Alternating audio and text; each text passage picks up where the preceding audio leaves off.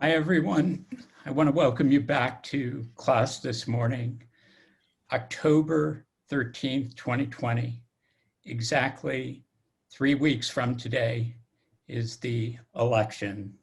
And I can't help but reflect what a strange and sometimes bizarre time we're living through. Every time I come to class, I think about what's happened over the last 2 or 4 or 5 days. Last week, the president went into the hospital. This week, he's back on the campaign trail holding mass events. So no one could expect the way things are going. And it is really, I can say, I think I'm probably the oldest person in this session. I've never seen anything like this. And I did just want to say, Ingrid and I were talking this morning, and it's been very unusual for me not to get to see you, and for Ingrid also. So please feel free to make an appointment to see us. Our hours are on the front of the Canvas site, or drop in. We've both been holding open office hours every week. So we'd love to get to meet you and see you more, and please feel free to come by. Today's session follows up some of the critically important issues that we addressed last Thursday when we addressed the problem of racism, and the gigantic racial disparities that characterize the United States and have also characterized the COVID pandemic here. Today, we want to turn our attention to the problem of prisons and incarceration. And I was struck in preparing for today's session that there's data which shows that 20% of all the human beings incarcerated across the globe are in prison here in the United States, well over 2 million people. And that turns out to be about 20%. And I was reflecting on some of the data we've reviewed about the COVID pandemic, and the United States has 20% of the world's cases of COVID. And this, I think, we'll see today, is more than just a coincidence. And the rise of an incarceratory state, the new Jim Crow, and I highly recommend for all of you who haven't had a chance to read Michelle Alexander's remarkable book. These issues in some ways characterize some of the distinctive and most problematic aspects of American society. We began the course by saying that pandemics illuminate the most profound problems, inequalities, injustices that the world knows. And certainly we're finding that here in the US. So we're really pleased to have a group of guest faculty experts who, long before COVID, were investigating and probing the problem of incarceration, and race and racism in the US. And their more recent work on COVID will inform their remarks today. So let me turn it over to Ingrid to introduce today's really distinguished panel. Thank you so much, Alan, and welcome back, everyone, and welcome to our 3 marvelous speakers today. We are going to start today's session with Professor Crystal Yang, who is a professor here at our law school and also a faculty research fellow at the National Bureau of Economic Research. Professor Yang's teaching and her research really centers around this question of empirical law and economics, particularly in the area of criminal justice and consumer bankruptcy.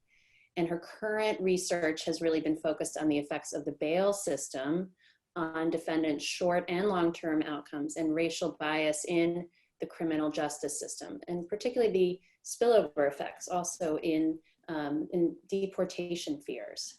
And she's been working with a group called the National Commission on Correctional Healthcare during this time of the coronavirus pandemic, and has really been a leader in helping us understand the impact of incarceration on COVID and vice versa during this time. So we're really looking forward to hearing from her. Our second speaker is Dr. Kim Soo, who is a physician anthropologist, as well as the medical director of the Harm Reduction Coalition, which is a national advocacy and capacity building organization that really works on promoting the health and dignity of individuals and communities impacted by drug use and really the racialized war on drugs. And it's based in New York City. And she's been a national leader in promoting harm reduction strategies and really has a deep expertise in the intersection of stigma and policy and the quality of care for incarcerated populations. And again, is going to be discussing this in this particular moment with COVID, particularly with these underlying risks that this population faces. And then our third speaker is Eric Reinhart, who is an MD PhD candidate here at Harvard, as well as at the University of Chicago, who's also combining medicine and anthropology.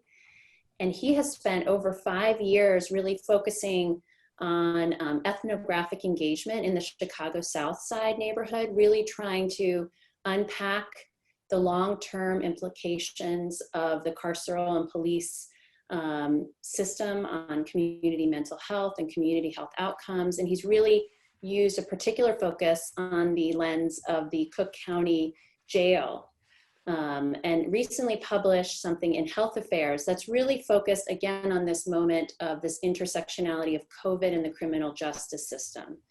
And so we're really eager to hear about his work on the South Side of Chicago as well. So 3 amazing speakers, and we're looking forward to hearing from all 3 of them. So we'll start with Professor Yang. Thank you. Great.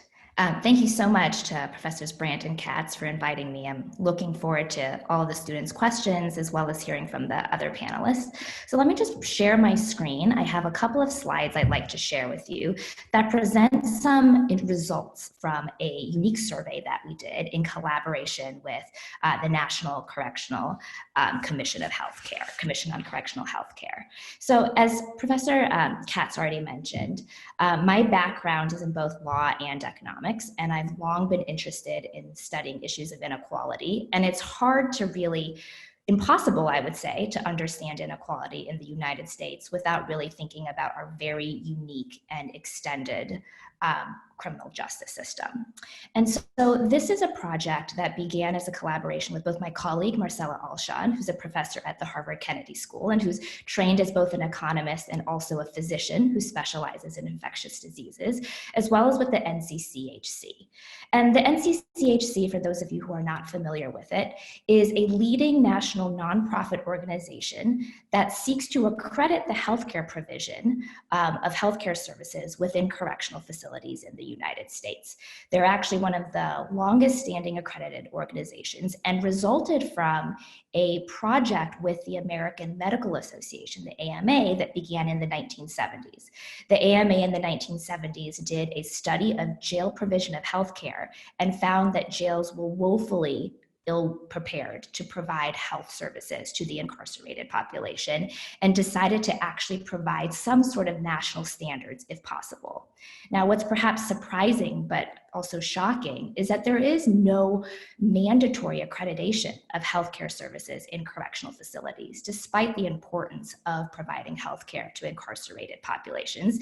And so most accreditation, even that via NCCHC, is actually done on a voluntary basis. But that means that there remains a lot of work to be done in improving healthcare access.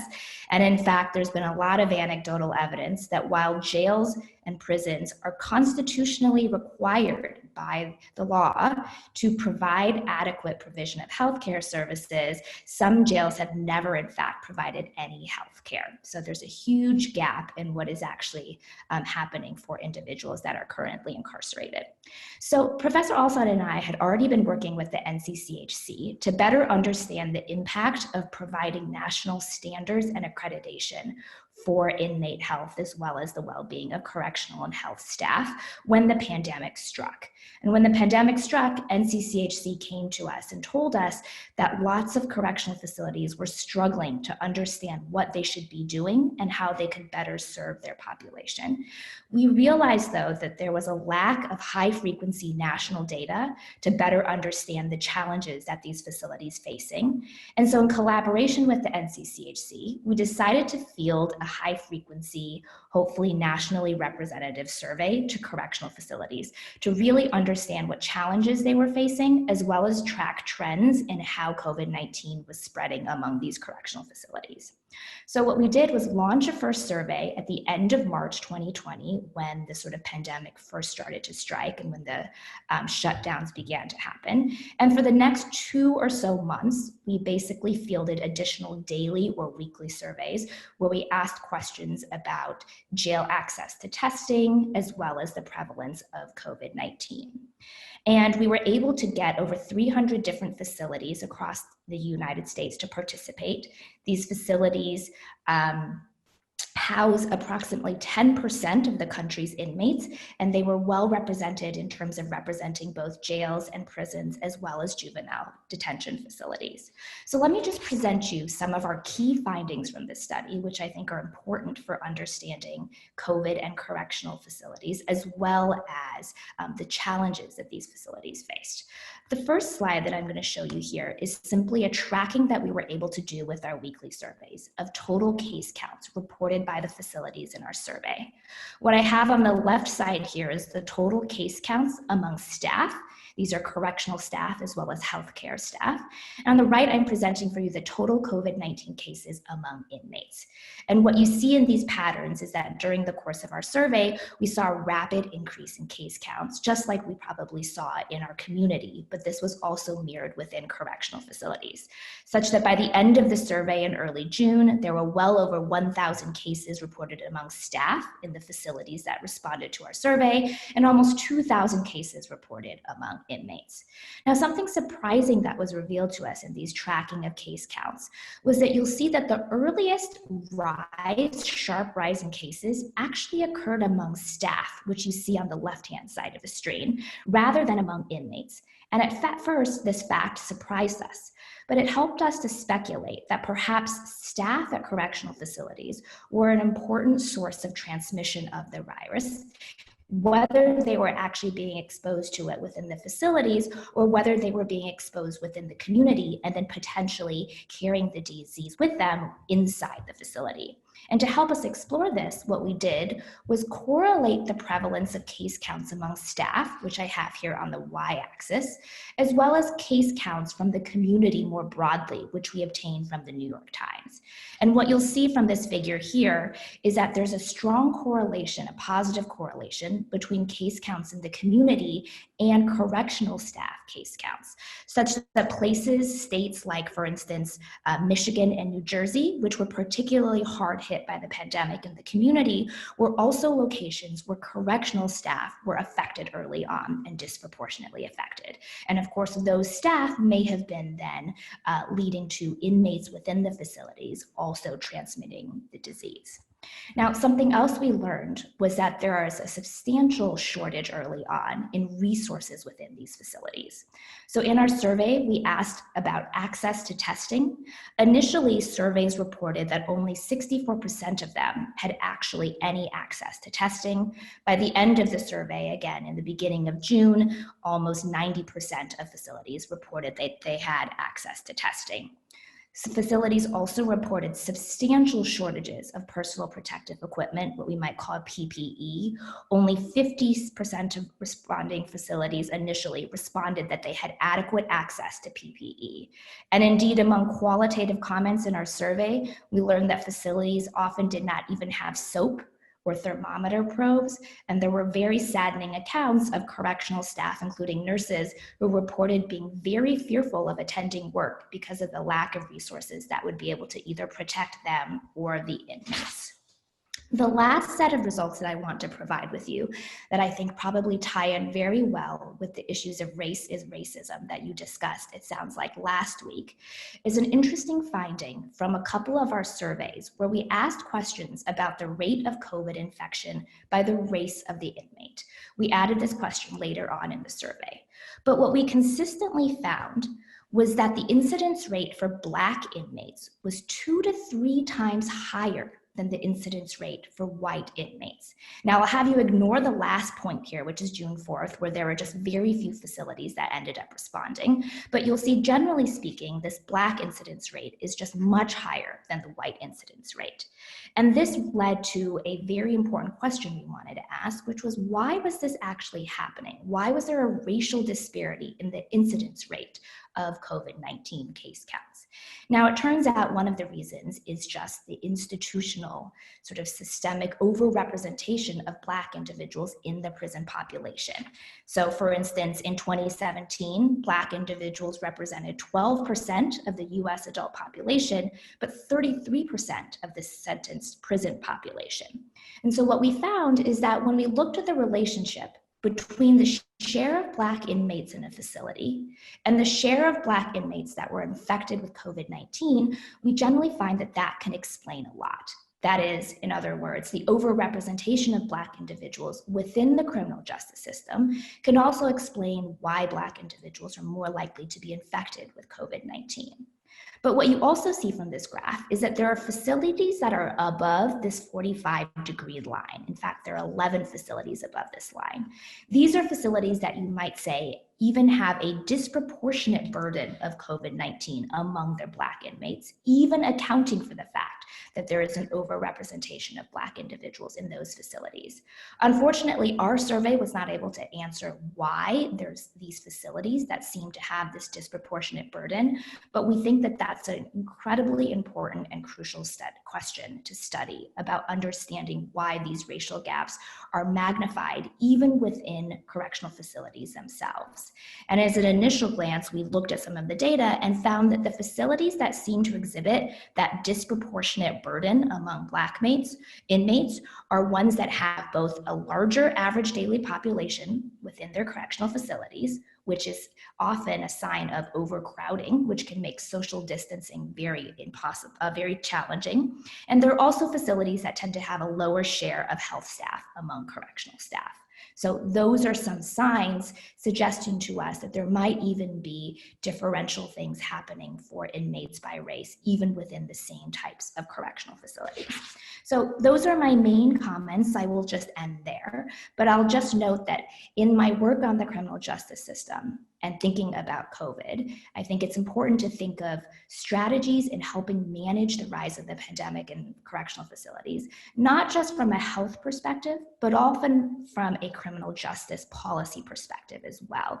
We can provide correctional facilities with all the PPE. We can provide correctional facilities with the testing that they need to detect COVID, but overcrowding is a real challenge for trying to maintain social distancing.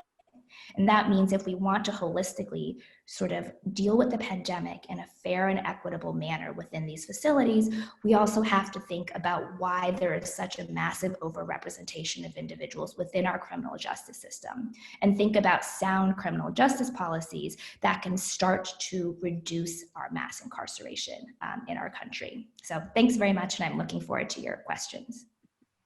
Thank you so much, Professor Yang. I think that's a critical way to start this conversation, both in the interface between staff and incarcerated populations, because that's clearly a source of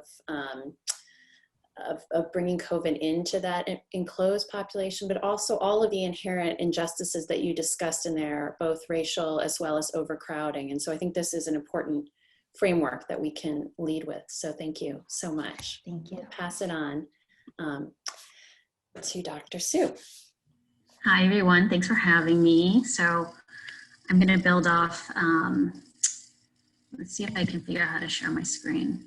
I'm going to try to build off the previous speaker's work and really talk as a physician anthropologist from the experience of taking care of people as a internal medicine doctor, as an anthropologist at Rikers in the beginning of the pandemic here in March.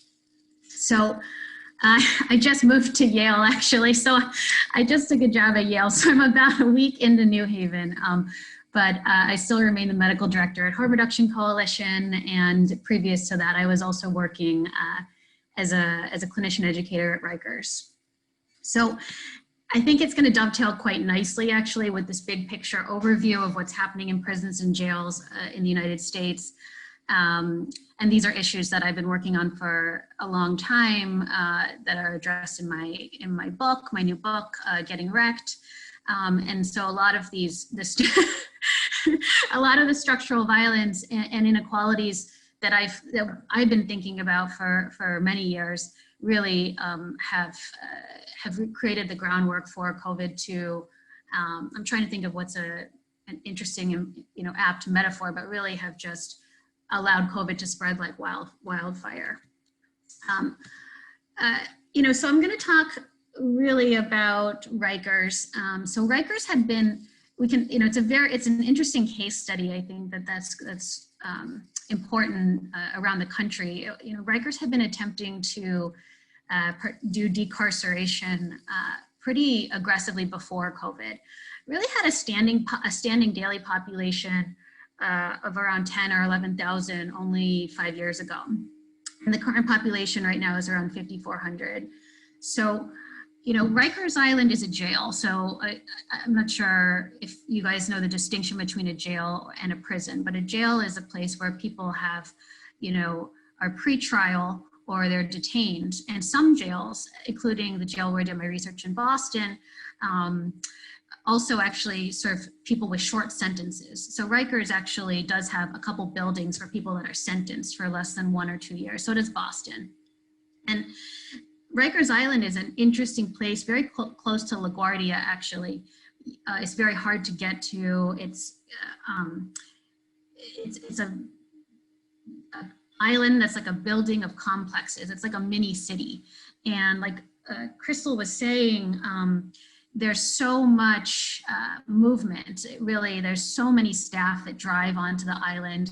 There's ways that you get onto the island. I actually tried to ride my bicycle onto the island, which is impossible, actually. You have to park and then take a public bus and then like 9 or 10 buses to get to the building that you're working in. So there's probably, I'd say, currently active, there's probably 8 or 10 buildings. And actually one of the buildings had actually been closed. So there you might have been aware of the attempt to close Rikers, the campaigns to close Rikers Island. So there were a couple different campaigns going on, but this building, the EMTC, had actually just closed, which they reopened to become a COVID unit.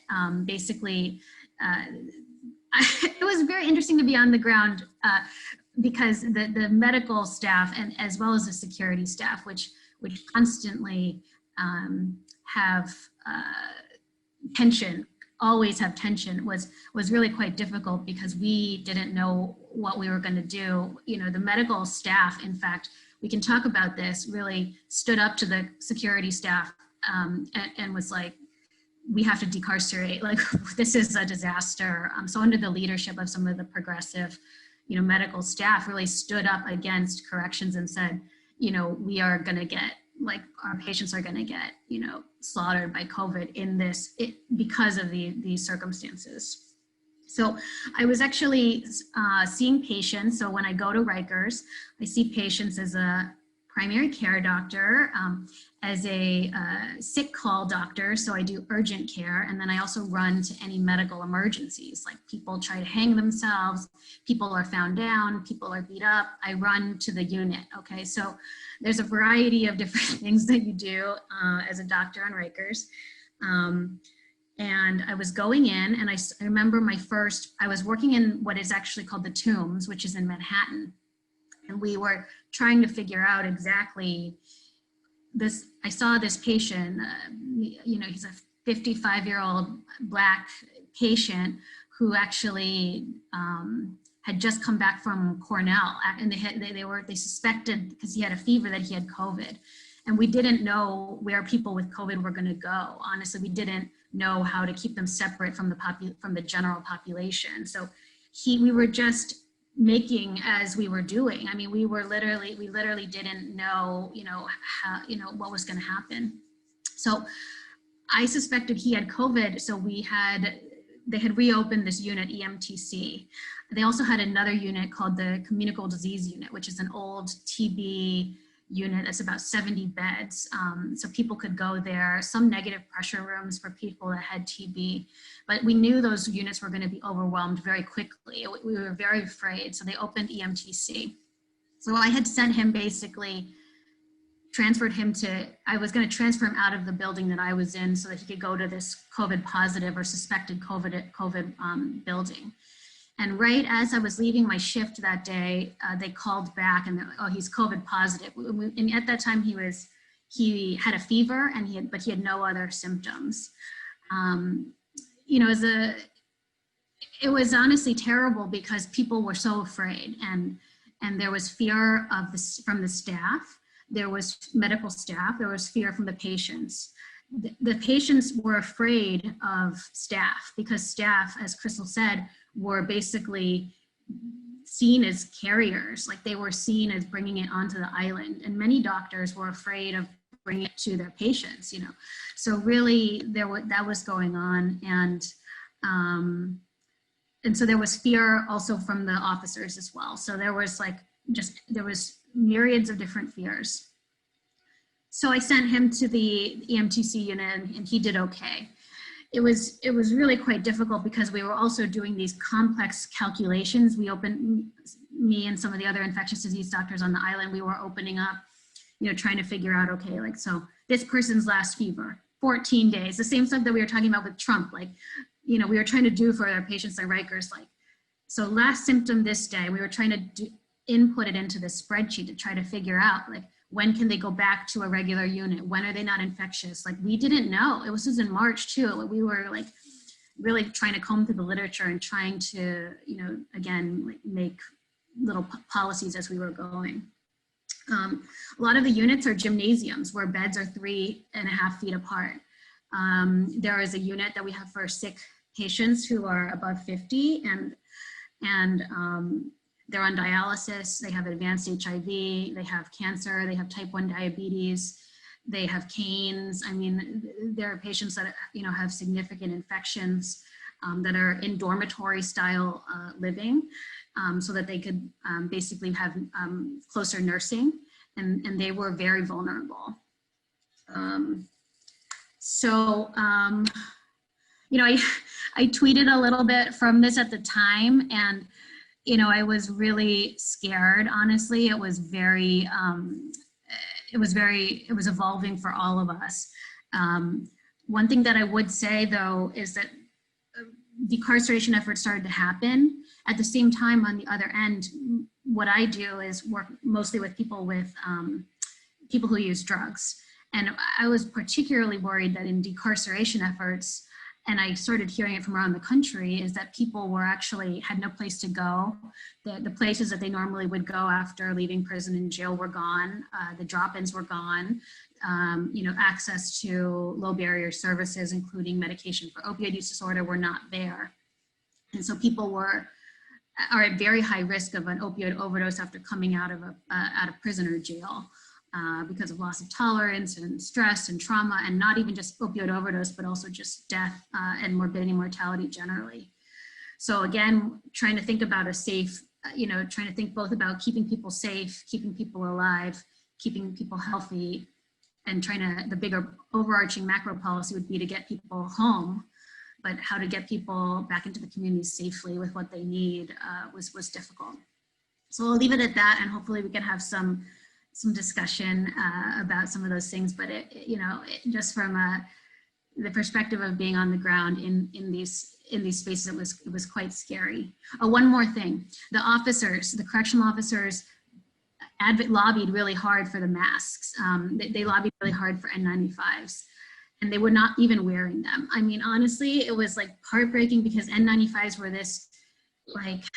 they were just this symbol, this this of safety, and and no one had them at the time, and the officers were having them, and they were just, wear them, or around their necks. They'd wear, and honestly, it was very difficult to kind of see the power that they had, but also, and they were also, they also died. I mean, many officers and transit workers and other people in New York City died. So it was very hard for me to kind of see that happen and to not understand, how we could do better. But many, so it's a very interesting thing about, the interplay of how that played out. And I'm, would like to think about how, looking back, we could have done it better. So I'll leave it at that. Thank you. Thank you so much, Dr. Sue. I think there's so many important issues that you raised there, both around the compounding health risks that a lot of the population, the incarcerated population, face, both from chronic diseases and also the risk, as you said, when all of the services that they could access if they were to leave the penal system are shut down. The risks there associated with homelessness and potential for overdose are just so incredibly high. And I think about the fact, as a physician at a very well-resourced hospital, and the challenges we were facing in March around PPE and conceptualizing the health of staff and patients, and how compounded that must have been on Rikers Island. I can only imagine, based upon your story, how complex that is. So thank you so much for sharing that. And we are going to pass it over to Eric Reinhart for our final speaker. All right. Well, thank you for having me. Some of what I'll say now will overlap with what has already been said by Alan and by Professors Yang and Dr. Su. So because I think the students have been assigned the piece from Health Affairs called Incarceration and its Disseminations, I don't want to go straight into the details of that study, but first zoom out to the broader context and then try to convey what we were trying, like co-author Daniel Chen and I, what we were trying to interject in relation to in that piece, and then the subsequent work we're continuing to do now. So as I think you all know now, US jails and prisons are the leading sites of SARS-CoV-2 spread in the country, arguably the world. They comprise 90 of the top 100 COVID-19 clusters as of September. We've been hearing this for so long about these huge epidemics in jails and prisons that they've almost been naturalized. I think it's important to shake that. So the national context in which this is happening. The US is the wealthiest country in the world. We spend more per capita on healthcare than any other place in the world. We actually have rather low population density, a bunch of factors that contribute to an expectation that we'd be able to handle the coronavirus quite well. And in fact, that's clearly not happened at all. We have 4.3% of the global population in the US, 21% of the global COVID-19 burden as of yesterday, and about 23% of the world's incarcerated population. And as Alan mentioned, these are, I agree, these are not coincidences, the near overlap of the COVID burden and the incarcerated population. It's also important, I think, to denaturalize that mass carceral system. Just briefly by way of background, I highly recommend, as Alan did, the new Jim Crow, but also Elizabeth Hinton, who's one of your faculty at Harvard, her book on the history of mass incarceration. As a reference point, in 1975, there were only 400,000, still a lot of people, and too many people, but 400,000 incarcerated people in the US. By 2008, and the number's about the same now, 2.3 million people in jails and prisons and other carceral contexts, and an additional 4 million people on probation and supervisory release. It's a politically constructed phenomena that can be otherwise, and that's important to remember that. So when I first started thinking that I ought to do some quantitative work on this issue, because in fact my work is ethnographic, and I've worked in Cook County Jail, but not focusing on structural violence associated with incarceration and policing, but more actually on aesthetic practices, pushing back against the urban sociological tradition that has written the South Side of Chicago through all of these frames of structural violence and foreclosed other ways of knowing myself. So this is quite different from the ordinary work that I do. But because I'd been inside the jail and I'd seen the different processing spaces, it was clear to me what would be happening epidemiologically. And it wasn't coming out in the media. I wasn't seeing research. I thought, okay, I can get this data. I should do these studies. So the initial focus in March, when media and a lot of editorials and medical journals were coming out, was on the phenomena of epidemics inside prisons and jails. Of course, this is really important. There are vulnerable populations in jails. We do not, as Professor Yang was saying, we do not have high quality healthcare in jails and prisons in the US. We have very high risk populations there with significant comorbidities. And although the average age of the incarcerated population is below the average age of the general population, you do have a significant elderly population, people over 65 serving long sentences who are at very, very high risk. So there's a study in JAMA, a research letter in JAMA that showed significantly higher death rates in prisons. This came out in July, and a really much higher death rate among people over 65 in prisons. And as Professor Yang was mentioning, also severe overcrowding. So this has been brought before the UN Human Rights Council many times, the overcrowding in the US prison and jail system. And this makes for nearly impossible conditions for infection control. So the early political response to this, the policy response, is to call for early releases. We need compassionate releases of people at high risk from severe COVID-19 outcomes, which it seems obvious, like this is really important. I fully embrace that, but it seemed to me that it was missing a really big piece of the puzzle, which is that jails and prisons, when you have epidemics inside of them, they will not stay inside of these facilities. Carceral facilities and communities are in constant biosocial interaction. Biological phenomena in jails and prisons are going to be going in and out through the staff, but also through the constant circulation of detainees. So this is a public health problem for everybody. And this seemed to me to be an important aspect of the problem to address for COVID-19 control at a population level. But also, I mean, the mass incarceration system in the US is so deeply entrenched. This seemed like an unusually good opportunity to make people recognize that this system does not just harm people of color, it does not just harm the poor, it does not just harm the incarcerated, it harms everybody. And we need to mobilize. This is true all the time, and especially during COVID-19, we need to mobilize to confront it. So I thought this could be a useful wedge issue in some way. So I wanted to focus on it. First, I mean, Dr. Su mentioned this, the difference between prisons and jails. This is really important to understand. You hear policymakers at the national level speaking and not understanding the basic distinction. It's important to recognize.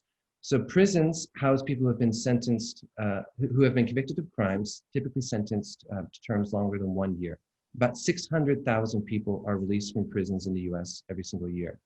A very conservative estimate, in my view, put out by the Brennan Center for Justice at NYU, says that for at least 39% of the people in the US prison population, there's no public safety justification for their continued incarceration. Now I can move to jails and keep that figure in mind, 39%, because it's much higher in jails, and Professor Yang's work actually supports that idea. So jails, her really important AER study that came out in 2018 on the effects of pretrial detention, which I'll mention in a bit. So jails, 600,000 people released from prisons every year, 10.6 million admissions to US jails every year. That's 4.9 million distinct individuals cycle through these facilities, but some people are arrested multiple times. 75% of, on any given day, you have about 600,000 people in the US in jails. 75% of those people, roughly, are pretrial detainees. They've not been convicted of a crime. According to Professor Yang's study of Miami-Dade County and Philadelphia County, so they're not representative of the entire country, but they're two very large counties, 42% of people held in pretrial detention will not be convicted of the alleged offenses for which they've been detained. This is important to keep in mind when we're incurring enormous risk by incarcerating these people to begin with. Why are they there? Do they really need to be there? Whose interest is served by keeping them there? Another important part of jails that makes them very important for COVID-19 control is that the populations turn over very, very quickly. Under ordinary circumstances, and it's actually grown under COVID-19 because there's faster release, jail populations turn over. About 50% of the jail population turns over every 2 weeks. Many people stay only hours, days, or less than 2 weeks. The people who stay longer than that generally fall into two categories. Those who can't pay cash bail, and the median bail for a felony is $10K. Misdemeanors, I can't find a figure, but it's significantly lower. The people who can't pay, the average income of men who can't pay cash bail is $16,000 a year, women $11,000 a year. So there's a huge overlap, intersection with poverty and discrimination against the poor in our criminal justice system. And then there are about 25% of detainees in jails who are there serving misdemeanor convictions, sentences for misdemeanor convictions that are less than a year typically. Okay, so jail cycling. I perhaps shouldn't have used this term in the health affairs paper because it's confused people, but people are arrested, they're transported to jails, they're processed, they're booked, and then they're released. This is the jail cycle. And many of these people are rearrested within a short order of time. Of those who are, people who are arrested more than one time in the year, jailed more than one time in the year, 49% of them have incomes less than $10,000. And also Professor Yang's study, which I really highly recommend everybody read in AER, showed that pretrial detention severely harms economic well-being and future opportunities. So jailing, our criminal justice system, and specifically jails, deepens and reproduces poverty, producing a kind of a really horrific feedback loop. The other issue at stake here, like I mentioned earlier, is public safety. According to the Vera Institute for Justice, only 5% of arrests in the US, over 12 million arrests every year in the US, only 5% of them are for serious violent offenses. That means for 95% of arrests, they're like class 2 violent crimes. But for the vast majority of them, certainly over 80%, there is no continued threat to public safety. And we could bring that number much higher. And even the people who are arrested for violent crimes, many of them, there's not a real reason to suspect they're going to re-offend. We've been seeing this recently in Chicago around people jailed for gun violence associated crimes. So jails and COVID-19. Emily Wang at Yale, who Dr. Su has just joined, she's a physician, researcher, very important, doing very important research on criminal justice. She has a study that shows that the COVID-19 reproduction ratio in a large urban jail, unnamed, is 8. It's extremely high. That's higher than the Princess Diamond cruise ship in an entirely enclosed environment. It's that, as far as I know, it's the highest institutional reproduction ratio that we've seen. And I don't think that this is distinctive to this one jail. I suspect this is, if not entirely generalizable, to some degree generalizable. So who does this reproduction ratio affect? It's not just the incarcerated. 200,000 people, according to the Marshall Project, go in and out of US jails every week. That's staff and detainees, huge turnover. So there's a constant biological interpenetration between these facilities and communities. So COVID-19 in jails is not going to stay in jails. It already hasn't. So when I started doing the health affairs study in March, that was what I wanted to look at. To what degree is the outbreak that we saw at Cook County Jail affecting surrounding communities? So Cook County Jail is the largest single-site jail in the US. Some people dispute this. It's the 3rd largest jail system. It's big, but it's only one of 92 county jails in Illinois. Our study looked at the effect of this, not the effect, it's not a randomized controlled trial, I can't infer causality, but looked at the association between cycling through this one jail and then case rates, documented case rates in zip codes in Illinois. We found, when we control for race, poverty, it's as Dr. Yang will know, it's like a very rudimentary study, but it's what I could do at that moment. It's the data I could get. And I thought it was important to try to put something out to bring attention to this issue. So 16% of all cases in both Chicago and statewide in Illinois as of April 19th in our study are attributable to the cycling of people through Cook County Jail in just the month of March. We didn't have data on staff, so I suspect this is likely a significant underestimate of actual COVID-19 cases attributable to this single jail. Jail cycling through this one facility was the strongest predictor by far of COVID-19 case rates, far exceeding the predictive capacity of race, poverty, population density, and all the controls we use there. So the epidemiological consequences of jail cycling are not distributed evenly. This is perhaps unsurprising. They disproportionately affect marginalized communities. So as Dr. Yang was mentioning, 37% of the US population is comprised of people of color. 67% of the incarceration population is comprised of people of color. Black men have a 1 in 3 lifetime risk of incarceration. That's over 6 times, or actually it's slightly under, 6 times greater than that of white men. You put structural racism into the criminal justice system, and now during a pandemic, you're going to get structural racism out in terms of infectious disease. So we have another study now under review, Daniel and I again, that updates. We didn't have longitudinal data for our initial study. We only had a cross section, so we could look at what are the infection rates as of April 19th. We couldn't see every day.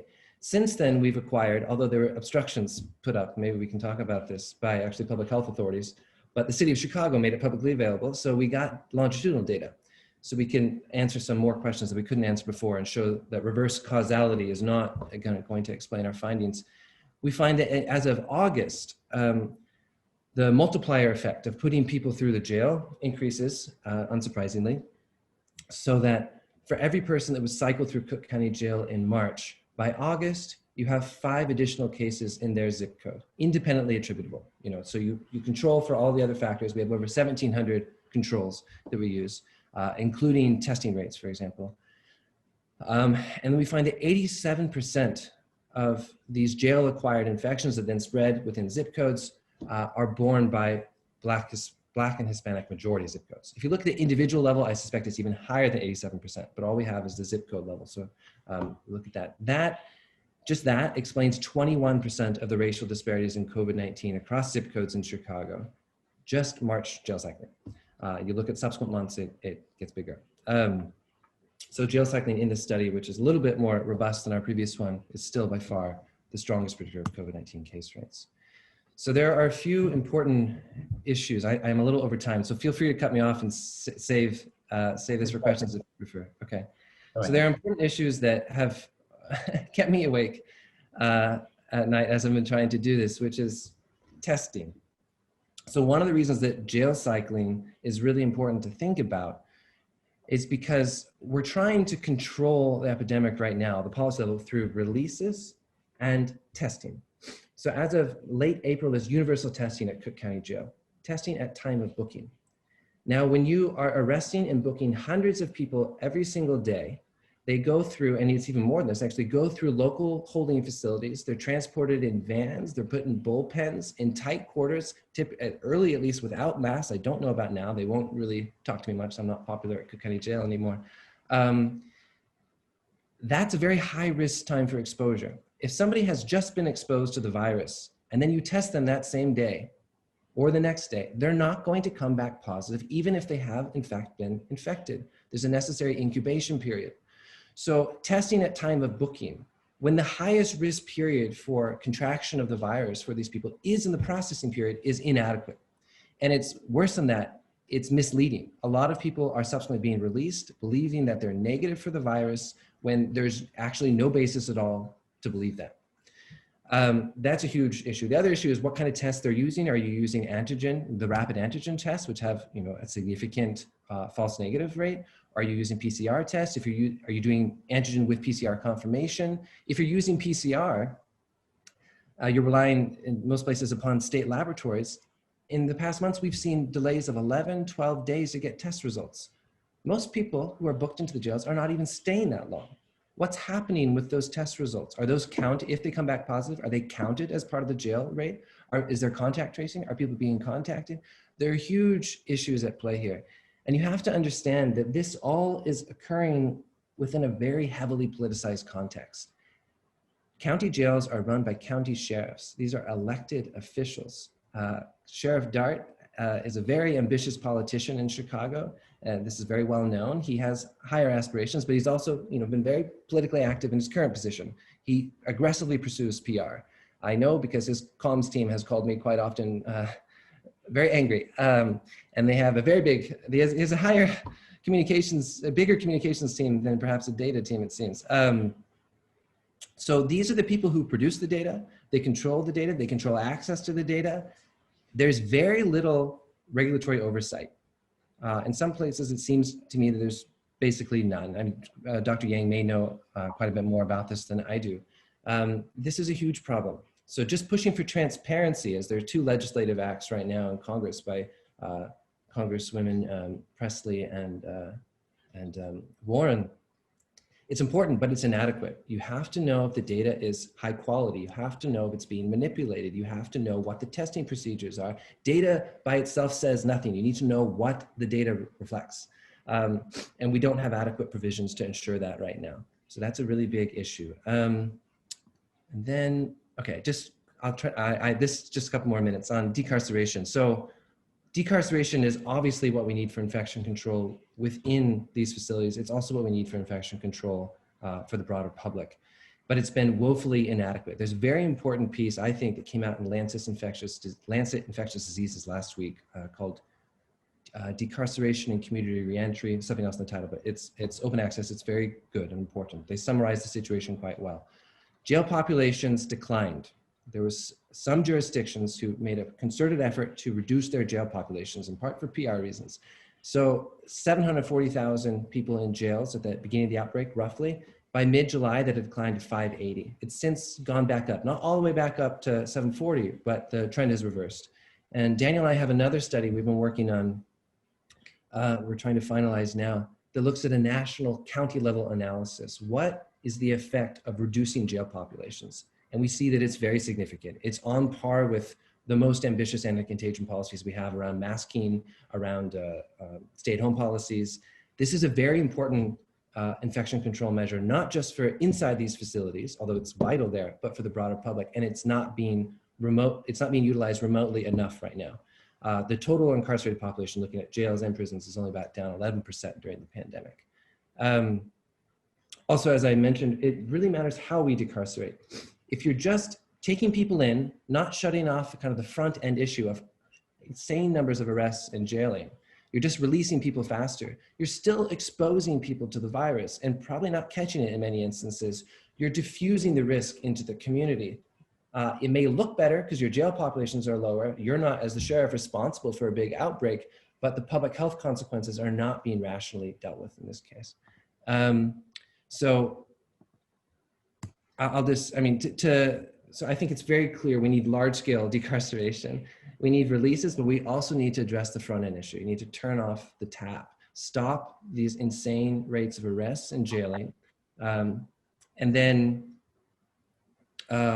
we need an independent oversight body, because it's, in Chicago, for example, the sheriff is an elected official, but the people in the city Department of Public Health are very closely tied to political structures. They have interests as well. We need a non-local national oversight body that is really administering testing and data access and data provision. And then to Dr. Sue's point, we need to decarcerate, but also couple this with corresponding investments. If you're looking at recidivism by releasing people, but then not actually addressing housing insecurity and associated issues, it doesn't make any sense to do that. We have to couple decarceration with real community investments. So, okay, I'm sorry, I'm way over time, but thank you. Thanks, Eric. That was really great. I have to say, I just learned so much from this panel, and I think we have so many sort of broad assumptions about prisons, jails, and incarceration. And we have a lot of great questions in the queue. So I'm going to bring up students right now. But just one quick observation is the complexity of our incarceratory state is so intricate. It's poorly regulated. We don't have adequate healthcare in it.